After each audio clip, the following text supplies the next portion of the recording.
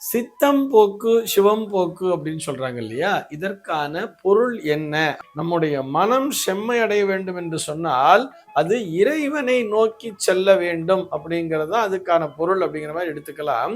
இந்த மனமும் மூளையும் ஒருங்கிணைந்து இறைவனிடத்திலே ஒடுங்கினால் அவனுடைய வாழ்க்கை என்பது செம்மை அடையும் என்பதுதான் அந்த சித்தம் போக்கு சிவம் போக்கு அப்படின்னு சொல்றார்.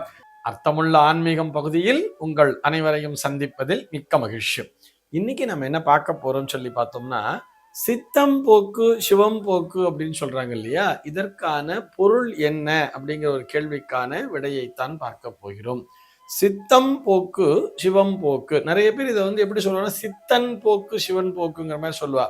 அது சித்தன் போக்கு சிவன் போக்கு அல்ல, சித்தம் போக்கு சிவம் போக்கு. நம்முடைய சித்தம் அப்படின்னு சொல்றோம் இல்லையா? நம்ம எப்படி பார்க்கலாம்னு சொன்னா, சித்தம் என்று சொன்னால் நம்முடைய மனம், அதுவும் உள்மனம் ஆழ்மனம் சொல்றோம் இல்லையா? அந்த சித்தம் அப்படிங்கிறத வச்சுக்கலாம். போக்கு அப்படின்னு சொன்னா அது போகின்ற பாதை அப்படிங்கிறது நம்ம எல்லாருக்குமே தெரியும். சிவம் அப்படின்னு சொன்னா அது இறைவனை குறிக்கிறது. அதாவது நம்முடைய மனம் செம்மை அடைய வேண்டும் என்று சொன்னால் அது இறைவனை நோக்கி செல்ல வேண்டும் அப்படிங்கிறது அதுக்கான பொருள் அப்படிங்கிற மாதிரி எடுத்துக்கலாம். இதுல பார்த்தோம்னா இன்னும் நம்ம தத்துவார்த்தமாக பார்க்கும் பொழுது சித்து அப்படின்னு சொல்லுவா, சத்து சித்து ஆனந்தம் அப்படின்னு சொல்லுவா தெரியுமா? அதைத்தான் சச்சிதானந்தம் என்ற பெயரிலே சொல்லுவார்கள். அந்த சித்து என்று சொல்லப்படக்கூடிய நம்முடைய மனமும் மூளையும், அதாவது மனம் என்பது வேறு மூளை என்பது வேறு அப்படிங்கிற மாதிரி யோசிக்கிறோம். இந்த மனம் மூளை இரண்டும் ஒருமுகப்படுகின்ற இடம்தான் அந்த சித்து அப்படிங்கிற ஒரு விஷயம். அந்த சித்து அம் என்று சொன்னால் அம்பலம் என்று கூட எடுத்துக்கொள்ளலாம். இந்த சித்து பிளஸ் அம்பலம் என்பதுதான் சிற்றம்பலம் என்று உச்சரிக்கப்படுகிறது. இந்த சைவர்கள் ஒருவருக்கு ஒருவர் பார்த்துக் கொள்ளும்போது எப்படி சொல்லுவான்னா திருச்சிற்றம்பலம் திருச்சிற்றம்பலம் என்று சொல்லுவார்கள் தெரியுமா? அந்த சிற்றம்பலம் என்கின்ற அந்த வார்த்தை தான் மருவி சிதம்பரம் என்று ஆகியிருக்கும். ஏன் அப்படின்னு சொன்னா, அந்த அம்பலத்திலே யார் இருக்கிறார் என்று பார்த்தோமேயானால் இந்த அண்டவெளியிலே, இந்த ஆகாயத்திலே, இந்த அம்பலத்திலே நிறைந்திருப்பது அந்த இறைவன், அந்த சிவம் என்கின்ற அந்த இறை சக்தி. அதனை இந்த சித்தம் என்கின்ற அந்த சித்தானது உணர வேண்டும் என்பதற்காகத்தான் பரஸ்பரம் ஒருவருக்கொருவர் பார்த்து கொள்ளும் பொழுது சிற்றம்பலம் திருச்சிற்றம்பலம் திருச்சிற்றம்பலம் என்று சொல்லுவார்கள். எதற்காக என்று சொன்னால், நம்முடைய சித்தமானது அந்த இறைவனிடத்திலே ஒருமுகப்பட்டிருக்க வேண்டும்.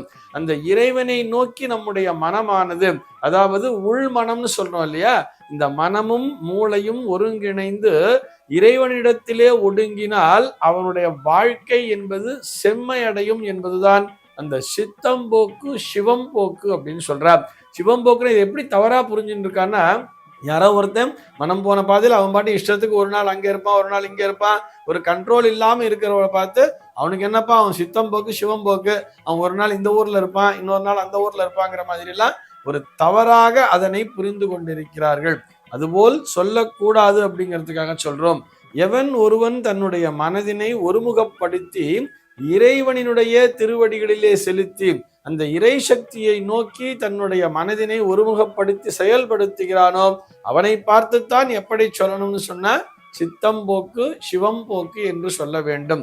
நம்ம சுருங்க சொல்ல வேண்டும் என்று சொன்னால் நம்முடைய வாழ்க்கை செம்மையடைய வேண்டும், மனமானது தெளிவு பெற வேண்டும், எந்த சூழலிலும் நாம் வருத்தப்படாமல் முழுமையான ஆனந்தத்தை பெற வேண்டும் என்று சொன்னால் அதற்கு நம்முடைய மனமும் சரி மூளையும் சரி இறைவனினுடைய திருப்பாதங்களை நோக்கி செல்ல வேண்டும். அதைத்தான் அந்த ஆனந்தத்தை தான் எப்படி சொல்லுவார்கள் சொல்லி பார்த்தோம்னா சத்து சித்து ஆனந்தம் என்று சொல்லுவார்கள்.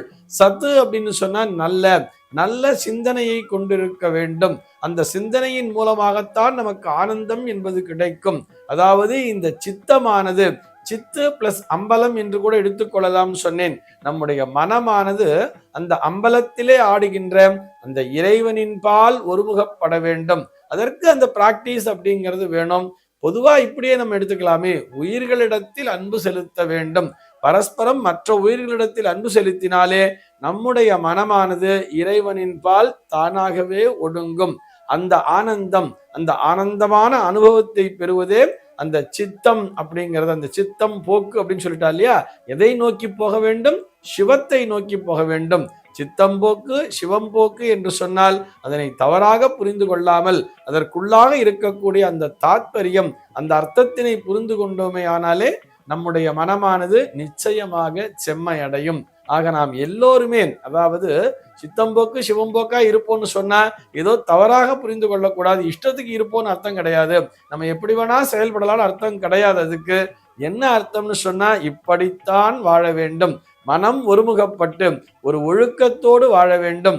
அதுவும் எப்படி?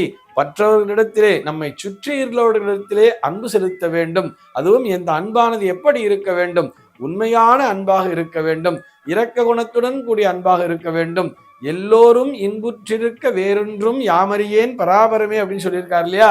இதைத்தான் நம்முடைய சித்தமானது சிவனின் பால் ஒடுங்குகிறது என்று புரிந்து கொள்ள வேண்டும். ஆக இதைத்தான் சித்தம்போக்கு சிவம்போக்கு என்று நம்முடைய பெரியவர்கள் நமக்கு சொல்லி தந்திருக்கிறார்கள். சர்வே ஜனாஹ சுகினோ பவந்து.